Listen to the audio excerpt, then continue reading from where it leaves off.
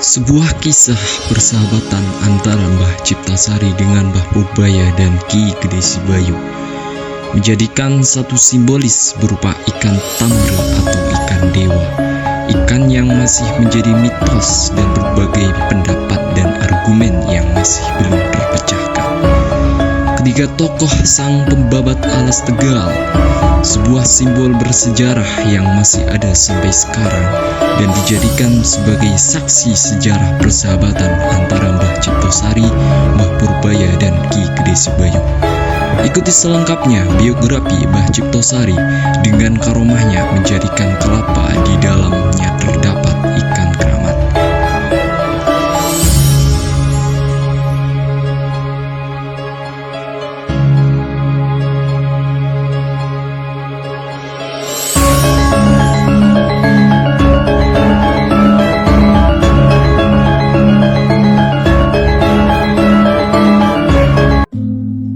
Assalamualaikum warahmatullahi wabarakatuh. Innalhamdulillah nahmaduhu wa nasta'inuhu wa nastaghfiruh wa na'udzu billahi min syururi anfusina wa min sayyi'ati a'malina may yahdihillahu fala mudilla lahu wa may yudlil fala hadiya lahu asyhadu an la ilaha illallah wa asyhadu anna sayyidana Muhammadan abduhu wa rasuluhu la nabiyya ba'da. Yang terhormat Bapak Ahmad Komarudin MSI selaku dosen pengampu mata kuliah SKI dan kearifan lokal, dan yang saya hormati juga teman-teman saya Mas Tirto dan juga Mas Taklifi Khairul Anwar. Di sini saya akan mengupas atau mencari sebuah biografi dan juga cerita dan sesuatu yang bersejarah, yaitu dimana pada intinya untuk menambah wawasan dan pengetahuan kami. Untuk pertama, perkenalkan dulu, saya Ridho Salahuddin, dan saya mau berkenal dulu kepada narasumber. Ya, nama saya Pak Saifuddin ya. Mas Saifuddin, gelar SAG ya. Sarjana Ilmu Gaib. Ya. Salam kenal buat Pak Al-Ustadz Saifuddin SAG yang telah menerima kami sebagai tamunya ya. Kalau tidak diterima ya tidak mungkin masuk. Oke, langsung saja ya. Kita akan bertanya ya, sedikit maupun banyak, mungkin jawabannya yang akan lebih banyak Mas Tito. Pertanyaan yang pertama adalah, siapa sih Mbah Ciptasari? Bismillahirrahmanirrahim. Sebelumnya kita ada Fatihah dulu untuk Mbah Ciptasari. Al-Fatihah. Iya benar.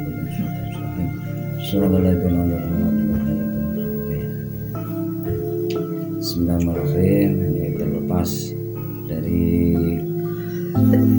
sejarah dari berbagai sumber bahwa Mbah Ciptasari ini adalah seorang ulama, dan ini adalah dari Kerajaan Mataram ya. Kerajaan Mataram, Jogja, Solo dan sekitarnya. Bahwa Ciptasari memang adalah sebuah sebutan sebenarnya ya, karena mereka dengan karomahnya itu dapat menciptakan sesuatu ya, sehingga disebut cipta. Untuk sejarah ini sekitar 600 tahun yang lalu. Untuk nama yang asli memang masih dalam perdebatan. Ada yang mengatakan Syekh Abdul Manaf, ada yang mengatakan Syekh Abdul Rahman. Hal ini berbagai sumber menyatakan ke atasnya, ada yang mengatakan Sunan Giri, dan yang mengatakan Sunan Ampel ya, naiknya di masih silsilah Wali Songo. Di biografinya adalah mereka dari Raja Kerajaan Mataram. Di sini adalah ya termasuk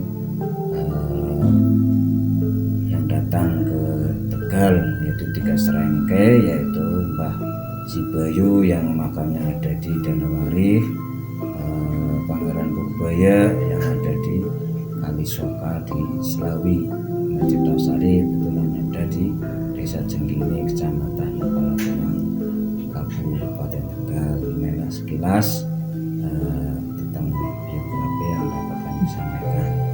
Nah, terus Mbah Ciptasari itu peran penting dalam Desa Jenggini itu sebagai apa?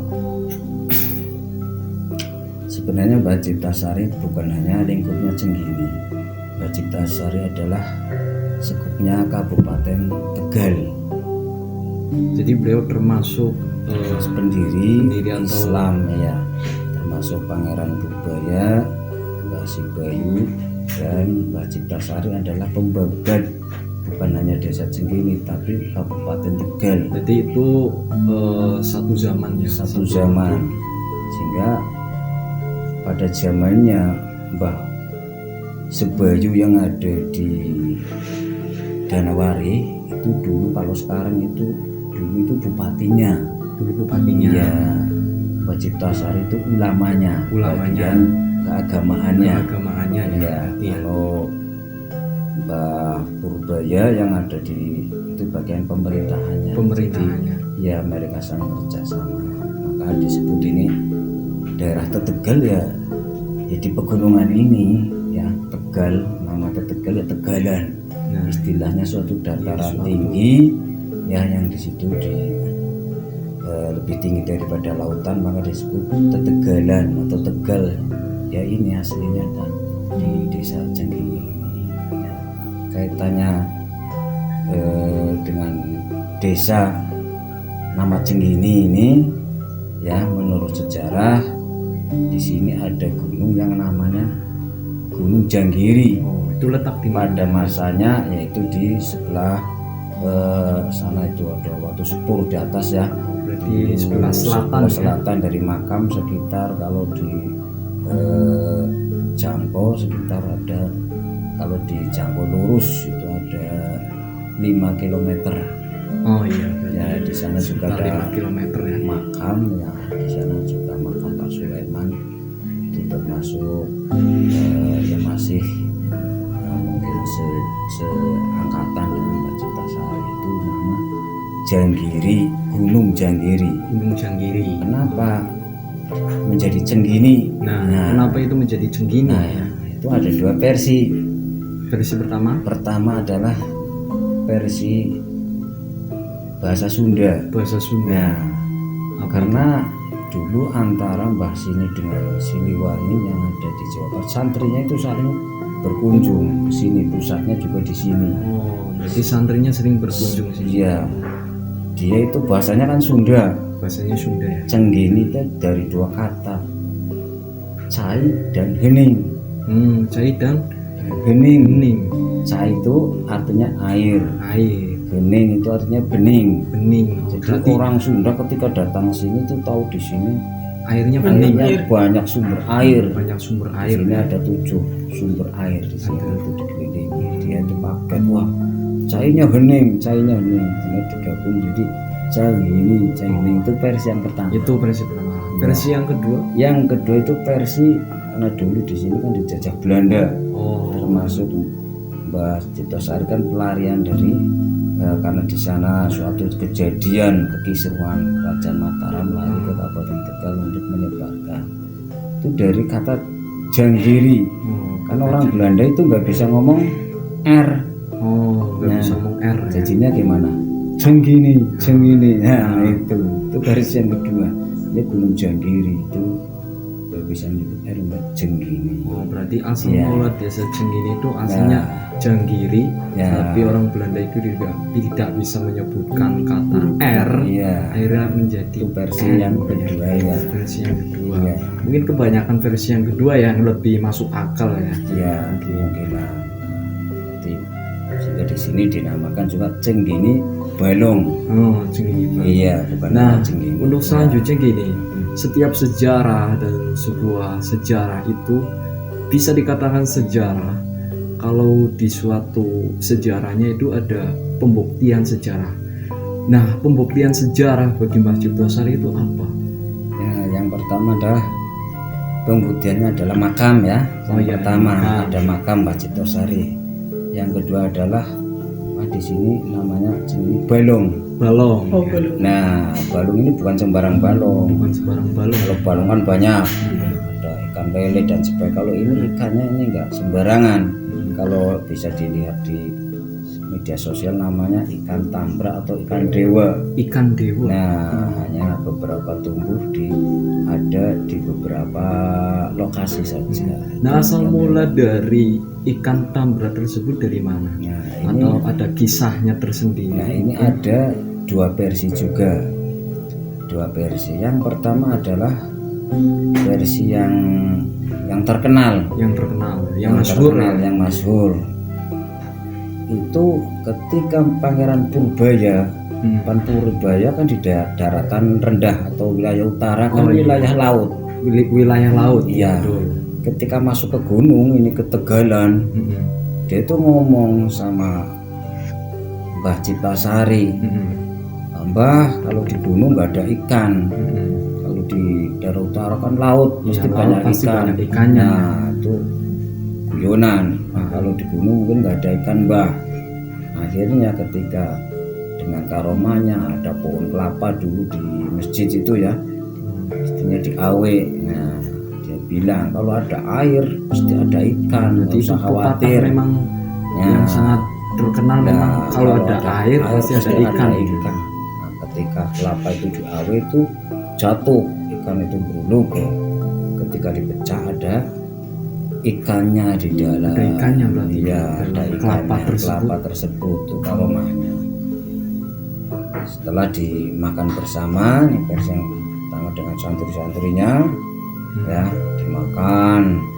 Tapi ada yang rasanya beda, ada yang asin, ada yang manis, ada yang asam. Nah, itu rasa perbedaannya kenapa berbeda? Ya. Apa emang ikannya atau emang orang tersendiri? Nah, mungkin orangnya, maka di situ kan namanya cipta rasa, namanya cipta sari. Nah, jadi menciptakan suatu rasa ya, berbagai rasa, sehingga beda-beda rasanya itu dimakan bersama. Di balungnya dulu kan nggak luas ya, dimakan bersama di situ. Setelah dimakan habis dagingnya tinggal duri dan kepalanya. Nah, berarti tulangnya setelah dengan karomahnya Mbah Ciptasari, tulang dan kepalanya itu taruh di air. Nah, ketika hidup lagi. Jadi tulang yang sudah hilang dagingnya sudah dimakan ya, sudah dimakan tapi ditaruh di air menjadi ikan lagi. Nah, hidup lagi ikan lagi, tapi tetap berwujud tulang itu tadi. Bentuknya jadi wujudnya tetap tulang. Sehingga ketika ada tamu, istilah zaman saya itu kawangan atau itu orang yang tahu punya aslinya ke-6 ya, tahu aslinya yang berbentuk itu yang tulang dengan kepalanya. Nah, ketika itu sehingga menjadi banyak ikan itu ya. Cuma apakah karena dengan ada yang di Jawa Barat itu sama di Cibulan, berarti itu ada juga ikannya. Makanya ada dua versi. Itu versi yang pertama. Itu versi yang kedua itu membawa dari Cirebon itu.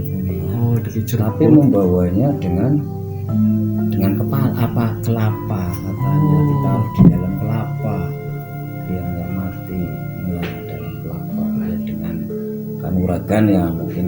Itu yang itu di bawah sini hidup, itu versi yang kedua. Versi yang kedua ya itu yang kurang masyhur. Jadi itu ada sebagian yang mengatakan itu ya. Itu di sini namanya jenggini balong ya, karena ada balong ikannya. Tapi ikannya masih banyak enggak? Nah, banyak dan tidaknya biasanya tergantung tamu. Sehingga tamu yang datang ke sini kadang ngomong, ikannya kok nggak ada. Berarti bukan hanya sembarang tamu ya? Iya. kalau dulu zaman tahun 80 orang kalau kesini tuh jaring pakainya jala, ada petugasnya. Misalkan jenengan menjaring punya hajat ya, dari rumah hajat apa ya, ikan banyak, tapi ketika dijaring itu nggak dapat, berarti pertanda kamu misalkan sekolah, saya mau daftar ke sana, kalau jaring nggak dapat ya jangan meneruskan sekolah di situ, itu dulu ya. Nah, kalau kelihatannya jaring gini dapat ya berarti keyakinannya berarti hajat saya kita teruskan. Tapi itu jaring terus dilepasin lagi. Lepas lagi itu kelihatannya banyak, tapi kalau kelumpiang gini kan berapa menit ditunggu, nanti ada petugasnya dinaikkan itu jaringnya. Kalau itu ada ikan banyak ya, ada petugasnya. Kalau sekarang yaitu misalkan tamu datang cuma melihat, katanya oh ikannya banyak ya, penglihatannya masing-masing banyak dan tidaknya. Cuman ikan ini tahun 2002 itu hilang semua, sempat hilang. Karena apa? Ya menurut seorang tua, kalau zaman perang itu pernah dibom 2 kali, itu ikan juga hilang banyak lagi. Waktu saya ngalami tahun 2002 itu ikan tinggal 2 ya, laki-laki sama perempuan. ya kurang tahu, waktu itu tinggal 2, yang satu di mijah ya, mijah dari sekolahan benda itu, maksudnya supaya menjadi banyak, namanya apa itu dikawinkan waktu itu. Nah dikawinkan ini malah meninggal, sehingga ikan ini habis tahun 2002, sehingga kami dan masyarakat itu merasa bersalah, akhirnya ikhtiar, sehingga kami berapa kali ikan yang sama dengan balong itu di mana kita cari, kita menuju ke Cibulan, ada 2 tempat ya, saya ke Kuningan 3 kali dengan bis masyarakat, dengan ritual ya, tumpengan dan doa, akhirnya ketemu di Cibulan. Ikan ini bentuknya kan yang bengkok itu, yang dulu meninggal itu, yang paling tua. Nah, saya sampai di sana jam 9 itu kuncinya ngomong lah, kalau jam 9 itu sudah ikan nggak bakal keluar. Kami datang ke sana itu ikan menyambut, menyambut, pegang-pegang, terus yang biasa makan ikan ini, oh ini ikannya, ikan dari Bali ini yang bentuknya bengkok ya. Akhirnya pulang dari sana cuman baunya amis ya. Secara ritual tidak bisa, akhirnya secara nyata, sehingga kerjasama antara Desa Jenggini dengan kabupaten sana dengan alat oksigen ya, dengan membayar berapa, akhirnya ikan itu diambil dari sana, dari Cibulan itu yang mengambil dari sana, mengerebus atau bagaimana, ditaruh lagi di sini. Jadi Berarti mengambil berapa ikan? itu rahasia, waktu itu rahasia, ada yang ngomong Itu wadahnya 14, itu rahasia katanya. Karena waktu itu yang usahakan tim saya, cuman yang mengambil dari sana tim desa, desa sana. lurah, istilah lurah. Kalau saya kan waktu itu istilahnya tokoh agama dan apa ibu, cuman waktu sana itu desa. Waktu masukkan ke ini kan juga malam, jadi nggak ada. Nggak tahu berapa. Iya nggak tahu, katanya sih 14, ada yang mengatakan 7, ada yang mengatakan situ. Nah, untuk ikan yang disebut ikan dewa ya, berarti kan ada keramat tersendiri ya. Apakah ada keramat tersendiri sih dengan ikan-ikan yang lain? Ya bedaannya ya, ya ikan ini kan kalau kita lihat, saya sebagai orang sini itu nggak pernah tahu kecilnya, tahu-tahu sudah besar ya, 1 lengan. Jadi ikan ini mengatakan itu biasanya ikan kan bertelur ya, kalau ini melahirkan itu yang itu. Yang kedua adalah ikan ikan itu biasanya matanya kan menteleng ya. Kalau ini berkedip kayak manusia, ya, Manusia. itu berkedip. Juga makannya juga ya manusia, makanannya telur, timun, yang enak-enak, biskuit itu ya, kacang. Bukan pur kayak gitu. Iya bukan. Berarti seperti manusia juga ya, makanya apa timun, saja telur bisa rebus itu ya. Paling senang itu di keramatnya itu kadang menjelma ada, kadang ya tamu ada, sedikit katanya banyak. Jadi sampai sekarangnya makanannya kayak gitu tuh. Ya mana itu dengan sini bawa aja telur rebus. Itu berbedanya dengan ikan-ikan yang lain. Nah, tadi kan zaman dulu kan ya. Berarti ikan itu kan dapat dimakan kan oleh para orang-orang atau santrinya mungkin ya. Nah, untuk sekarang atau apakah boleh untuk dimakan? Ya itu kan menurut sejarahnya kan antara Pangeran Purbaya dengan Ciptosari kan saling waktu itu saling menjaga ikan, saling menjaga. Pangeran Purbaya juga memiliki, walaupun lokasinya di sini saling memiliki. Ketika bulan Maulud itu dari Selawi, Khol Mbah Kalisoko ambil di sini. Ambil di sini. Iya, jaring sampai sisa disembelih apa dimasak, lalu dibagikan untuk hadirin lah. Tapi anehnya orang sini itu nggak boleh makan. Katanya kalau makan itu nanti terkena kutukan. Kenapa di sini tidak boleh makan, sedangkan ikan itu dari sini? Nah, kemungkinan supaya ikan ini tidak habis kemungkinan. Oh ya, mungkin kalau dimakan sih habis ya, udah habis ya. Jadi ngomong Pak itu orang sini jangan makan, kalau makan mungkin nanti habis. Jadi orang itu sudah merasa takut ya, sehingga bisanya kami melindungi. Nah, apakah tradisi dari Mbah Kalisoko sama Purbaya yang setiap bulan Maulud itu mengambil ikan dari sini sampai sekarang masih jalan? Nah, itu tahun 90 sekitar 90 terjadi kontrak, maksudnya terjadi ya karena ikan waktu itu kan tinggal sedikit. Oh iya, karena ya, ikannya sudah sedikit, sedangkan dari sana kan mengambilnya banyak.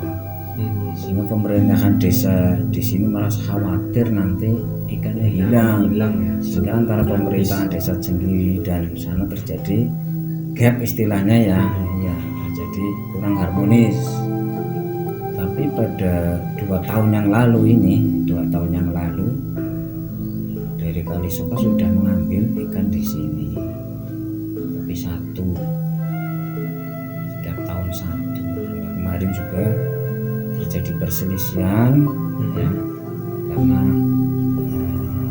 belum ada kesepakatan untuk Kalisoko mengambil dari ikan di Jenggiri. Oh, jadi belum ada kesepakatan dan perjanjian. Belum ada perjanjian nanti bagaimana ikan ini kita caranya bersama-sama supaya memelihara, itu bukan hanya mengambil. Nah iya itu. Nah, itu bukan hanya mengambil, bagaimana supaya ikan ini tetap lestari gitu. Nah, itu cuman sayangnya yaitu ikan ini kurang mendapat perhatian dari pemerintah ya, tingkat kabupaten.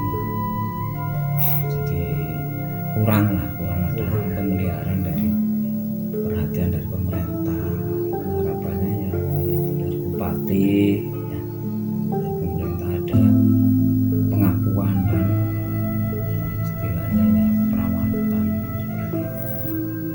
Tapi sudah ada tembusan atau enggak dari sini untuk melaporkan atau Ya bicarakan soal sebenarnya sudah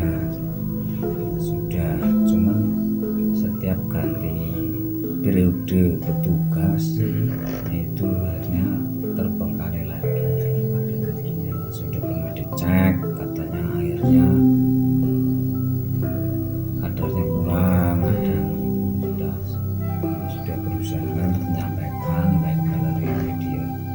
sosial, melalui kementerian, mungkin melalui kantor perikanan juga.